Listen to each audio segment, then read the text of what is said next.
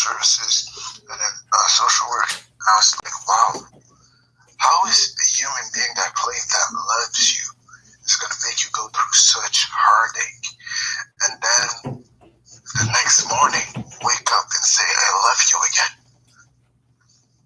And I was like, no, that's not love. But the problem is, we haven't, as human beings, we haven't learned to love properly. We haven't learned to love. We've learned to find advantage, to find excuses. But tonight, I want to try to start discovering how can we love. And that starts by me putting my ego aside. Because as human beings, we all have egos. The man or the woman that's going to tell you, oh, I don't have an ego, is a liar. That's a lie. We all have ego. And the ego is just to protect yourself from being hurt. And I want to take it aside, put my ego to the side, sit that ego in a corner as I let art speak.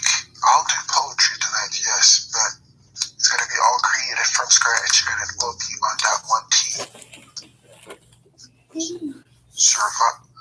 Victor, survivor, I conquered my fear. That's going to be the theme of all the poems I'm going to do tonight. Nothing else. There's so much fear going through the head of somebody who is in that situation. The fear of what's going to happen to my children if there's children involved. The fear of what's going to happen tomorrow if I leave. Who is he or she going to try to contact in order to reach me? How you doing, Mo? Yeah, Nick, how you doing, guys? This is a panel for this poetry night. Is special poetry night where I'm stepping out, I'm stepping down, I'm sitting down to allow society call them survivors, but yet again, I hate calling them survivors because they're not survivors. It's not like they've been hit and like, oh, I went through the war and I survived it. No. They went through the war. They conquered the war. They have scars that are laced with gold as they closed. Let's get it correctly. Those scars that they might have that are closing, maybe slowly, are laced with gold. Don't get me wrong. We all have scars, but tonight I want Rican, what's up? Zoo Life, how you doing? Tonight I want us to come together and salute those warriors like we should. Salute their strength as we listen to their truth, as we let them tell us their story. How you doing, Zoo Life? If you've been a victim of... See, I'm losing my words, y'all. I'm losing my words. But if you've been a victim, if you've been affected by domestic violence, either as an ex-offender, as an ex-perpetrator, or as a victim, come on and speak up.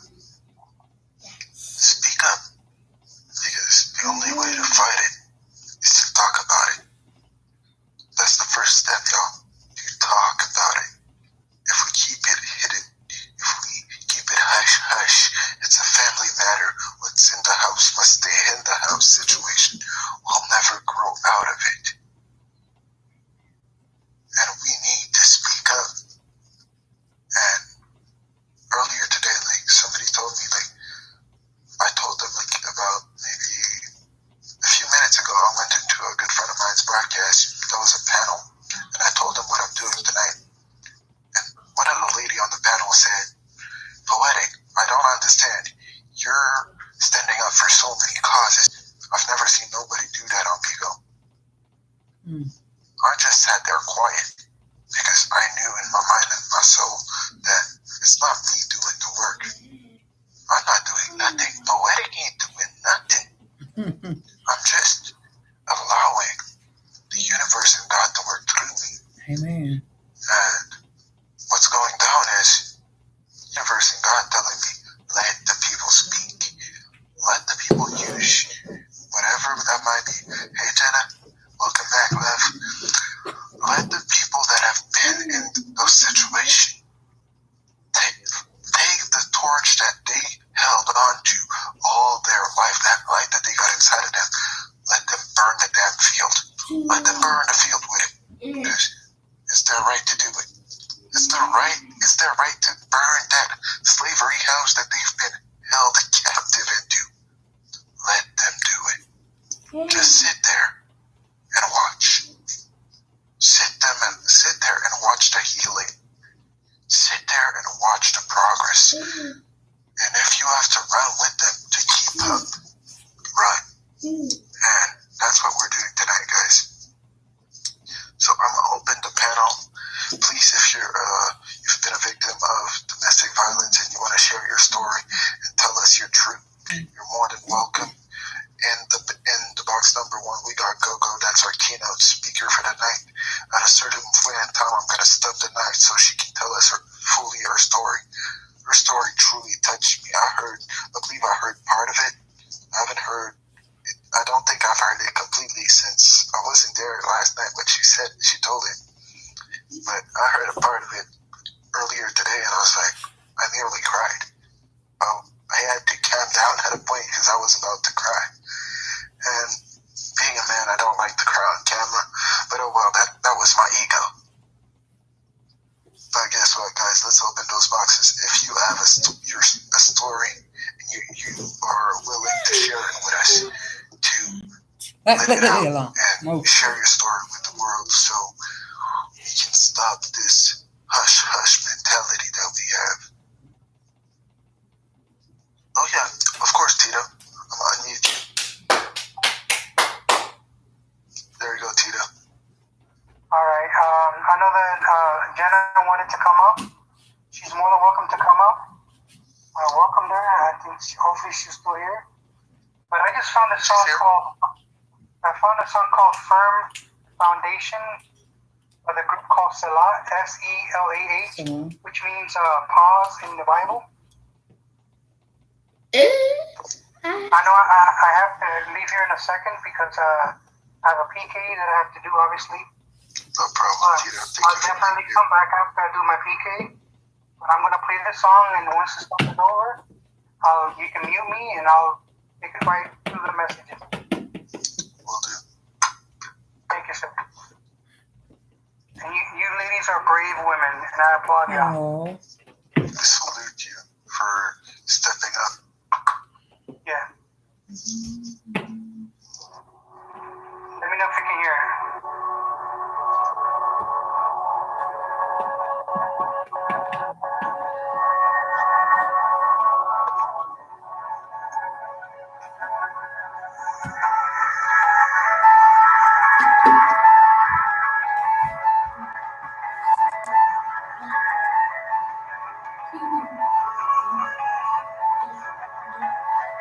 When the thread of darkness has come breaking in,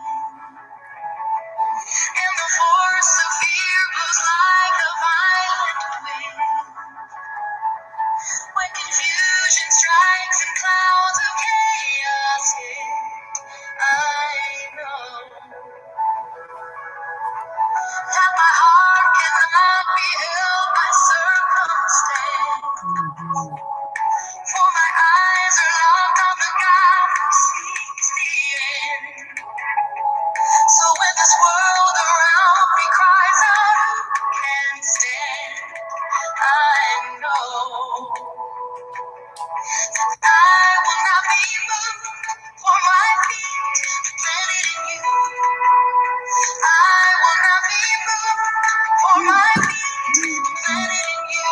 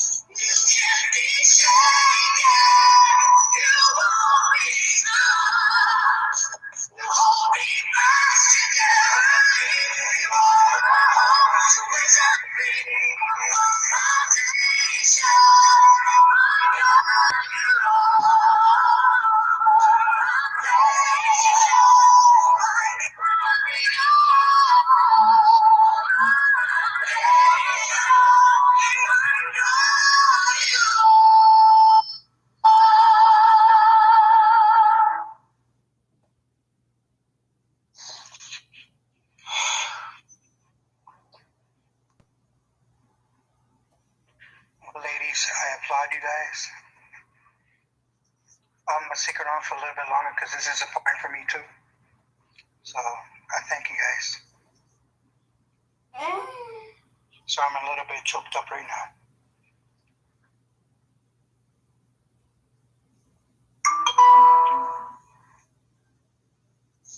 So great song, Tito. Like, nice one.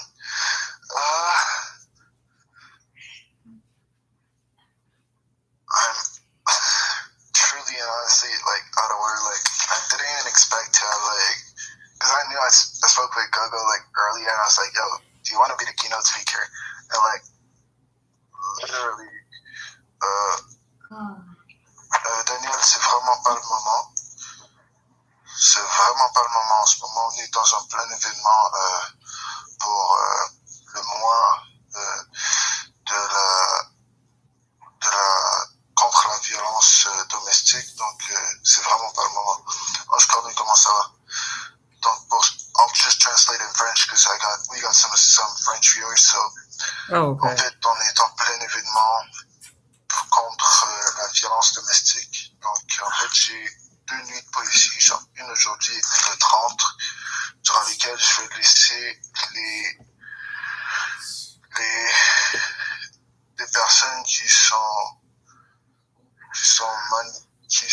extrêmement fortes, qui ont vécu la violence domestique, nous exposer à leur histoire, en fait raconter leur vérité. Et puis je vous prie de respecter leur force et le fait qu'ils ont décidé de aujourd'hui venir partager avec nous.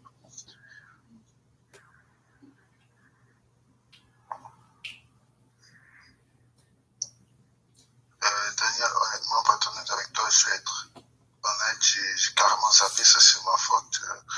Je suis carrément désolé, j'ai juste zappé, je suis vraiment désolé.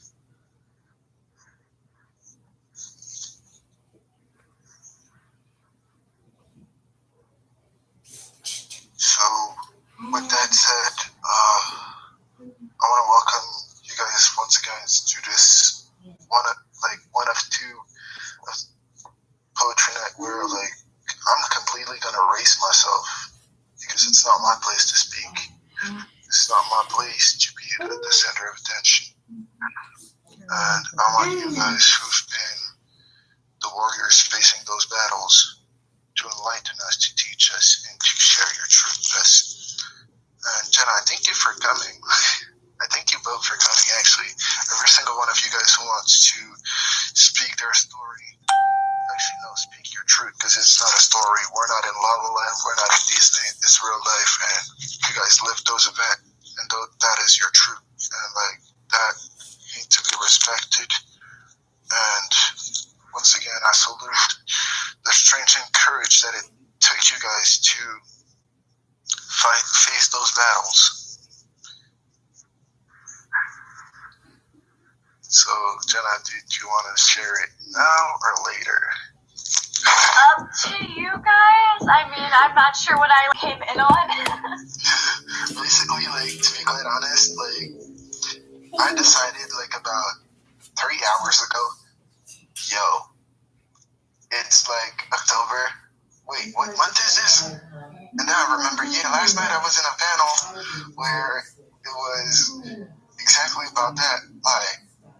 And I realized, wait a minute, it's the National Domestic Violence Awareness Month. On Poetic Bliss, I always do stuff when there's like national events. I caught myself slipping, and I'm like, no, we need to fix this. Last night I was invited to the Fayem's family panel against domestic violence by my good friend Kim Cappy. She was holding a blue room, which she always does a blue room every night, I believe. And this blue room was specifically to let people that have been victims that are survivors. I hate the word survivors once again, but I'm gonna use it because it's a common term. Like, tell us their story, and it was intended also to have people who are ex-abusers actually come up and tell their story too. But I guess that part didn't happen, and I was like, wait a minute, let me keep it going, because we're still in that month. What up, Go Live? And I think that as a public figure, as a broadcaster on a platform such as Bingo, which is an international platform, it's our place to speak up. It's our place to lead and just give people hope. And if we can't do that, what are we really doing? And I'm like, yes, I am. I'm the guy that's gonna shake the cage, that's gonna do shit to piss people off. I've done that the past month. Stayed quiet in every broadcast that I showed it. Pissed people off because they're used to hearing me talk and have conversation with them. But I was in protest mode against sex offenders. I was like, no, I ain't speaking, because those victims weren't allowed to speak. Why should I speak? But now we're gonna do something deeper. Now that I gained back my voice, that I can roar again, like I used to say, that I can be like that lion king that I am, and I always been. I want to give people a voice. I want to give people the place that they actually deserve and they should have belonged in the first place. And I think that it's not because you've been through sexual abuse, domestic violence, that you should be quiet. I think that it should be furthermore of a reason for you to stand up, speak up, because you don't want it happening to the next one. And I think that the first step is to speak up. And once again, I want to thank you guys for coming and sharing your truth with us. That's the first edition of 2. And I think we're going to make it a yearly thing where, the month of October, for as long as I broadcast, I will do this in my panels. So, Jenna, you're up next. So, I feel like I need to give background info just because I feel like that's important when talking about domestic violence and abusive relationships. So I was with this man for about 3 years on and off. I want to start by saying abusers aren't necessarily abusive when they start, or you don't always recognize what they're doing as abuse. And this started, I was 18 and a half. So I was young. This was my second relationship I'd ever been in. I didn't know red flags. So I want to start by saying learning the red flags are important. And it's not like I went into that relationship with him abusing me. It was kind of a gradual thing. And I don't think people always necessarily realize that. No, there were parts of it that were really good. There's reasons why I stayed, but it did get really bad. As a victim, I want to kind of explain why victims stay and kind of what happened to me. I guess I'll start by saying the main things that have happened to me in that relationship. He raped me. He would verbally put me down constantly, and there were a handful of times where he did attack me, and it was some of the scariest things I've ever experienced. And big parts of why I stayed was that he he was a very good manipulator. I'll start by saying that, and I was a very good victim. I'm somebody who suffers anxiety and depression, and I have dependent personality disorder. Those are all things that make me a good victim or target for an abuser or a potential abuser. And the man that I was with was very good at manipulating and making me feel like I deserved what he did to me, or that what he did to me wasn't that big of a deal, or that I was overreacting. I mean, when he raped me, he convinced me totally that what he did wasn't rape, even though I knew it was. And it took me 3 or 4 years, again, to be like, no, what he did was rape. And I should have left him after that, and I stayed because he totally convinced me that he was like, oh, there was just miscommunication, and you didn't say anything, but that's because I was in shock of what was being done to me.